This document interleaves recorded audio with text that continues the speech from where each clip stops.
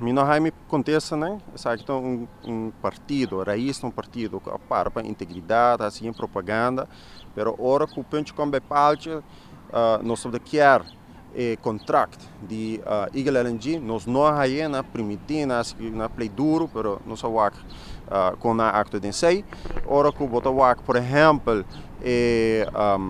minister Geoffrey Weaver lá traz estúdio tocante impacto de BTW riba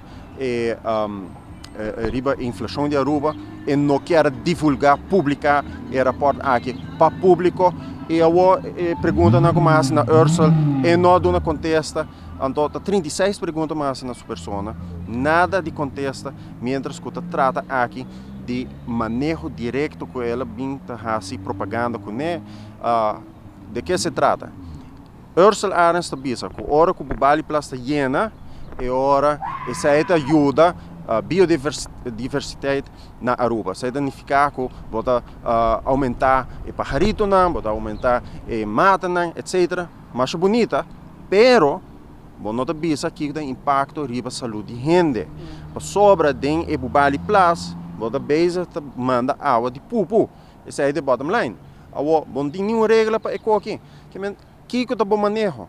O manejo que ela anunciada, que vai pompe água aí em diferentes salinhas, maneira salinha malmoc. Então, que ubo é não que da biba na área aí, que mesmo vai pompe água de pupo para a área de malmoc, vai pompe água de pupo para toda essa linha não. A noite é não da base da spray riba e mata na Terra del Sol. Água de pupo, isso é basically o qual está.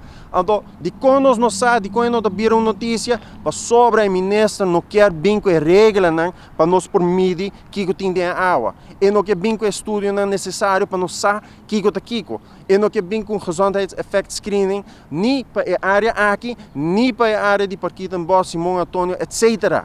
Que onde a seriedade de ministro aqui está, onde a preocupação para o ser humano de ministro está. Que o ministro, hora de vista, é o ministro para a natureza, é letterlijk ministro para pajarito e para erva, of interesse de Greg Peterson. Para sobra, algum tempo passar, na manda trazer rapporto canti blue carbon, met bem back a questão aqui, e nós mesmos pontos nós mesmos onde é interesse não está. By the way, quizás isso é um ponto muito importante. Quizás Greg Peterson tem friends com hobby placa que está invertido em campanha de raiz. Então nós não sabemos, só é um partido que, se não contestar a minha pergunta, se não quer divulgar rapporto, se não está dobla, vira mole, ora trata de Eagle LNG seu contrato. É hora que houve de transparência, ora trata de financiamento de partido raiz.